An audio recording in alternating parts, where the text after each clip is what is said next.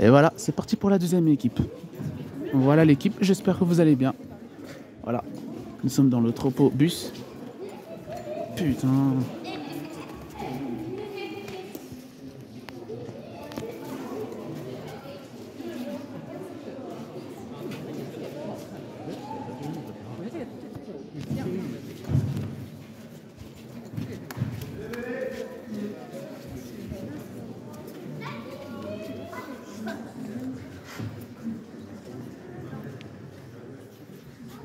Alors, l'ancêtre du bus apparaît en 1662. Invention de la calculatrice faite. Et le triangle réglé, les probabilités inventées, la pression atmosphérique confirmée, Blaise Pascal. Je crois qu'on peut dire qu'il est dans ses pensées.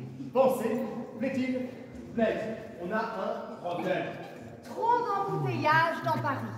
La solution, des véhicules à itinéraire fixe. Quoi?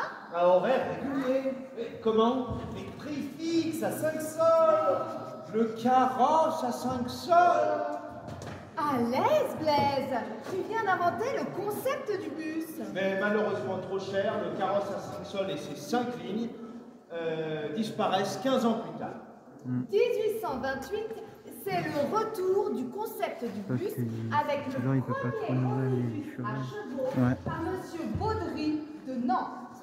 Le succès est immédiat. Très vite, une quarantaine de lignes à itinéraire fixe et heures régulières, gérées par une dizaine de compagnies privées, voient le jour. 1855, c'est la création de la CGO, la Compagnie Générale des Omnibus, qui a le monopole du réseau des omnibus à chevaux. Montez! Avec la CGO, ça coûte moins cher et tous les quartiers de Paris sont desservis! 1906, près de 17 000 chevaux à Paris, exténués. Mais ça tombe bien, c'est le début de l'automobile. La CGO organise un concours. Qui veut créer l'autobus? Moi! Madame? Bonjour. Excusez-moi, je suis pas en retard? Non, jamais. Bonjour, monsieur. Brier Schneider. Enchanté, Brier Schneider. Eh bien, écoutez, ce que je vous propose, c'est de poser tout simplement la caisse des omnibus à chevaux sur un moteur et un châssis. N'utilisant pas encore de pneumatique, je vous propose des roues à bandage à l'avant ainsi qu'à l'arrière. Mais le principal, on est bien d'accord, c'est que ça avance. Et c'est gagné, Brier Schneider. Quel succès! C'est beaucoup plus rapide que l'omnibus à chevaux. Et figurez-vous qu'on invente même des autobus à étage. Oui, mais ça c'est pas très stable. On va se cantonner au simple autobus. Les autobus Brier-Schneider connaissent un véritable succès dès 1906 et remplacent petit à petit les omnibus à chevaux disparus en 1913. En gros, vraiment avant la Première Guerre mondiale. Tous de la même famille, mais pas tout à fait les mêmes. Avec chacun notre histoire. On va faire simple. Nous, les bus modernes et parisiens, sommes nés en 1906. Dès la même année, on couvre la ligne Montmartre-Saint-Germain-des-Prés. Il n'y a plus d'après à Saint-Germain-des-Prés. Plus d'après-demain, plus d'après-midi. Il n'y a qu'aujourd'hui quand je te vois. Bref, le succès est immédiat.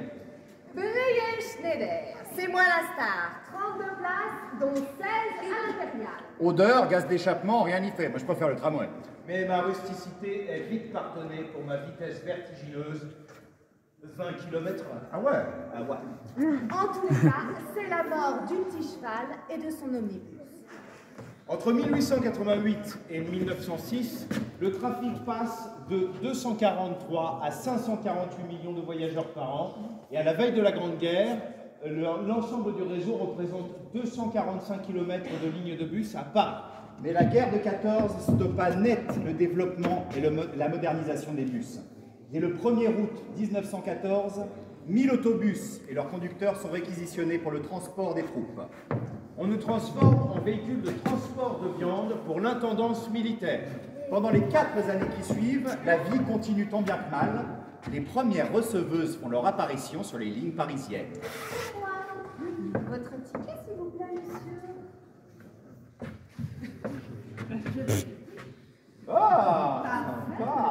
Quelques lignes vont tout de même survivre, mais en 1918, 90% des bus ont disparu de la capitale. Il faut tout reconstruire et tout moderniser.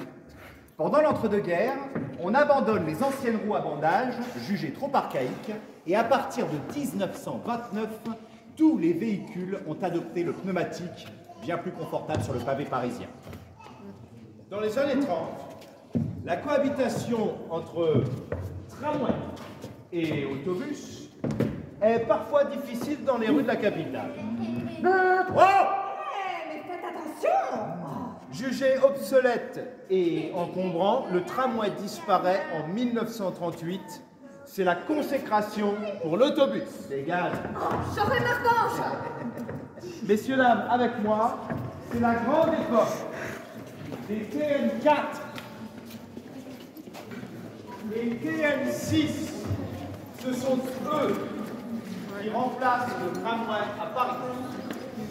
Moi, le PN6, j'ai été mis en circulation en 1934 et réformé en 1969.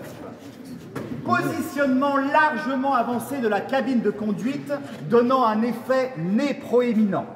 Plateforme ouverte à l'arrière, où se trouvait un receveur, mais aujourd'hui, une receveuse. Je fais monter et descendre les voyageurs. La marche de notre pièce, s'il vous plaît. Et puis, je tire sur la chaînette pour donner le signal de départ au machiniste. Vous allez voir. Le machiniste, c'est moi, le conducteur, quoi. Et puis, je vends aussi des billets en me baladant dans le bus. Quant à moi, le PL4, j'ai circulé jusqu'en 1971. Étant d'une plus grande capacité que le tramway et roulant plus vite, je suis donc plus confortable que mes prédécesseurs. L'autobus connaît alors une véritable période de croissance. De nouveau, la Seconde Guerre mondiale. Réquisitionnés dès le début du conflit, les bus disparaissent des rues de la capitale. On Pour les devient- Parisiens, c'est de nouveau le système de la vie. On devient des gazogènes alimentés à l'alcool éthylique et au gaz charbon de bois. Et en 1949, création de... La RATP. Exactement. Et à cette année-là, les Parisiens découvrent pour la toute première fois sous leurs yeux Ouais, ébahis je suis trop fort, moi. les premiers véhicules en série Saumua et Chausson. Plus sûrs, plus économiques, ils sillonneront les rues de la capitale pendant près de 20 ans. Salut mon Léon! Je t'avais pas vu, beau gosse. Comment vas-tu garçon? Eh mais dis-moi, mais qu'est-ce que c'est que ce nouveau bus? L'autobus moderne, Roger. Et comme tu le sais, à la Libération, il ne restait plus que 435. Ouais, 435 bus en méthode marche. Ouais, j'ai appris ça. Alors la RATP, qui a repris le réseau, a décidé d'améliorer nos engins. Et donc on se renouveau. Je te présente l'OP5. L'OP5? Qu'est-ce que... Près de 10 mètres ta machine? oui. 3 ouvertures en portefeuille? Bravo, gosse. Et c'est quoi la motorisation là-dedans? 120 chevaux, mon grand. Oh là là, les crâneurs! Tu t'empongerais pas un peu? Tu t'empongeoiserais pas un peu, toi? Hein? Bon, regarde-moi ça, comparé au TN4, je te trouve tout enfermé là-dedans, t'es plus au frais là-dedans, Un toi! machinot au chaud, au plus près de ses 55 voyageurs. D'ailleurs, j'avais pas vu que Chausson avait fait le sien aussi. La PBU. Tu l'avais pas vu. Non, plus sérieusement, similaire, mais belle bête, hein? Et non, mademoiselle, la montée se fait par l'arrière et la descente par l'avant. C'est beaucoup plus rationnel et ça diminue le temps d'attente à l'arrêt de bus. À l'arrière, vous Ouais, je trouverez sais. un receveur à poste fixe qui vous vendra votre Je lui dirais que j'ai impressionné tout le monde, moi. Vous aurez candidaté. Parce qu'il y a les Agora là-bas. C'est les Agora que je vise, moi. Bon, allez, j'y Après, vais. les anciens bus aussi, je vise. Les bosseurs. Salut! Il n'y a pas que toi, il y a moi. Le trafic reprend, mais il devient de plus en plus difficile de circuler les campagnes. Et c'est surtout la voiture individuelle qui cartonne. Nous, les bus, nous souffrons. Le trafic chute d'année en année, passant de 852 millions de voyageurs en 1960 à 501 millions en 1973. faut réagir ou mourir. Alors, excusez-moi, la RATP a décidé de me lancer, moi, le SC10, en 1965, pour moderniser la flotte. Je suis l'autobus français par excellence, le bus standard. Objectif, qualité de transport, confort et modernité pour tous. Venez avec moi, messieurs, dames. Direction assistée, 70 voyageurs de capacité, 2 ouvertures à 4 vantaux, avec plus de 11 000 unités produites dans toute ma carrière. J'ai permis la modernisation à grande échelle de la plupart des réseaux de bus nationaux. Bah ouais. En 1964, on crée le tout premier couloir réservé aux autobus. On nous équipe d'un matériel de radiotéléphonie en 1972 pour optimiser le trafic. On se lance dans le marketing, carte orange, ticket chic, ticket short, tic-tac-toc. On conquiert la banlieue dans la foulée du RER qui étend sa toile. Moi, le PR100. Le PR100. Je réponds à l'attente humaine de toujours plus de confort, de modernité et de stabilité. J'ai une super tenue de route, je suis même assez puissant pour rouler sur les autoroutes. Vous m'avez déjà vu accessoirement joindre les aéroports. Je suis également articulé pour desservir les lignes de banlieue très fréquentées. Et l'information des voyageurs et les Oh, R312. C'est le R312. L'application du temps d'attente, des correspondances, etc. Moi, le R312, j'ai succédé au SC10. Et je suis issue d'une réflexion de transporteurs, d'élus et de chercheurs pour m'adapter au mieux aux conditions de circulation modernes. J'incarne l'autobus du futur. Plancher bas intégral pour favoriser l'accessibilité. Meilleure habitabilité. Accès au moteur facilité. Grande baie vitrée pour encore plus de confort. L'évolution de l'autobus s'oriente vers toujours plus d'accessibilité. Les plateformes utilisateurs de fauteuils roulants apparaissent en 1999 sur notamment les Eliez GX317 et les Agora. Les Agora GNV. Aujourd'hui, les Agora Line.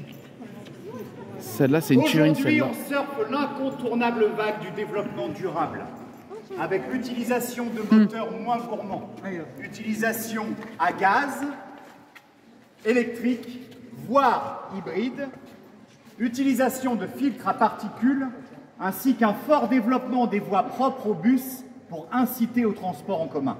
Résultat, la RATP assure 75% des déplacements dans Paris et seulement 1% des pollutions émises. une flotte 100% propre dès 2025. Et aujourd'hui, on rêve déjà au bus de demain. Sans conducteur, comme les navettes autonomes au bois de Vincennes. Chevauchant les voitures comme le Straddling Bus en Chine. Mais comme l'oiseau, ça fait l'air pur et au Bon, nous, on vous le laisse. Sinon, on va louper la Z. jamais rien de l'ombre. Attendez-moi. Eh voilà, c'est une belle turine ici. Citaro C1, Citaro C1. Ah putain. Putain, c'est pas encore fini. Non, il reste, c'est la dernière étape. Ah. Promis. Non, vous en faites pas, moi ça me dérange pas. C'est un des plus beaux. Ouais, l'un des plus beaux qui sont plus votés à l'époque. Ah, la Z. Personnellement, je ne pourrais pas assommer la Zizanie, mais c'est une des plus belles pièces de la collection. Isez-vous à l'intérieur, mesdames et messieurs. L'ancienne RER B et A. Pour tout le monde. Putain, c'est une turine. Je retrouve mon enfance là. C'est Et la station Voilà, il y a des places. sacré Tout le là. monde s'assoit, maximum, pour faire la tête. Waouh. comme un métro d'heure de pointe, ou un RER. Installez-vous, asseyez-vous. Attention, entrez, entrez, Avec installez-vous Johnny. dans les banquettes dès que vous voyez une place Oh, de libre. c'est le MS61. Elle a bien circulé, hein. Entrez, ouais, ou en face. Ah, tu retrouves toute ta jeunesse ici, hein. Rentrez, rentrez. La Z, c'est la ligne de saut. La première classe, ça bavarde.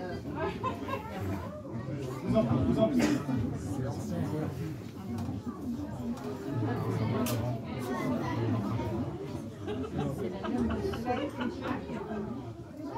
Ah oui, ça existe encore, le club 2, classe 1. Ouais, mais ça n'existe plus. Ouais, donc c'est Bon.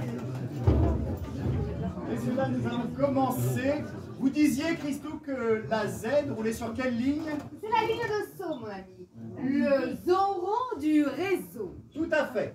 En 1848, une ancienne ligne de chemin de fer à vapeur, initialement conçue pour relier la barrière d'Enfer à Sceaux.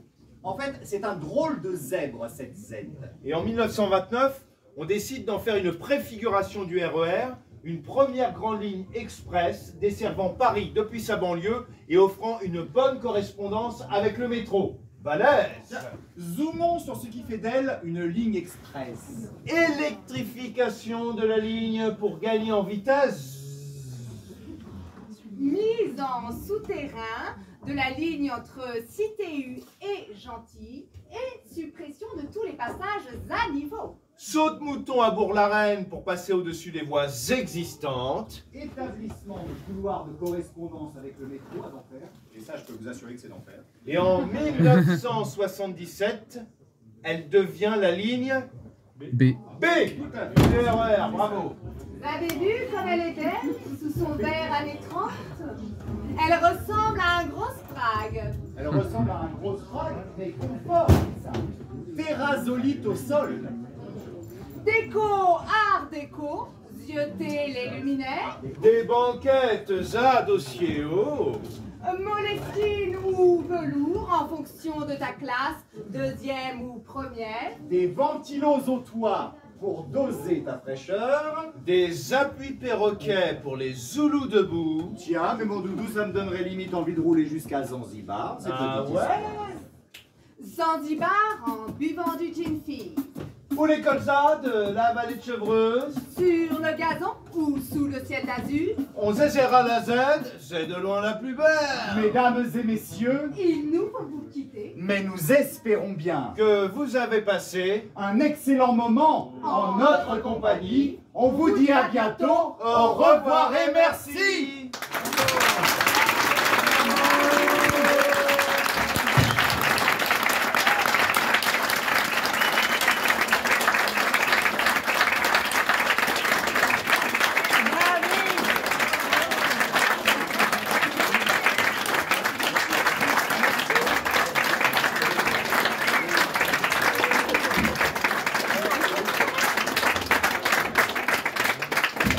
Mesdames et messieurs, merci infiniment de votre temps et de votre belle écoute durant toute cette déambulation. On a été ravis de vous accueillir pour découvrir ou redécouvrir tout ce matériel roulant de la RATP.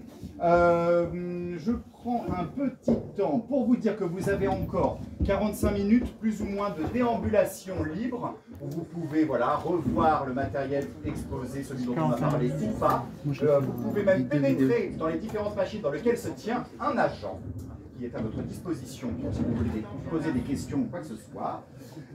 Deuxième chose, cette déambulation vous a été proposée par la boîte du souffleur. Nous sommes ravis du coup d'avoir partagé ce moment avec vous. N'hésitez pas à suivre nos actualités. Sur le site internet www.laboîtedusouffleur.fr. On va jouer le 5 juin et le 3 juillet au château de Saint-Germain-en-Laye, qui est le musée d'archéologie nationale. Rien à voir avec la RATP, mais tout à fait charmant.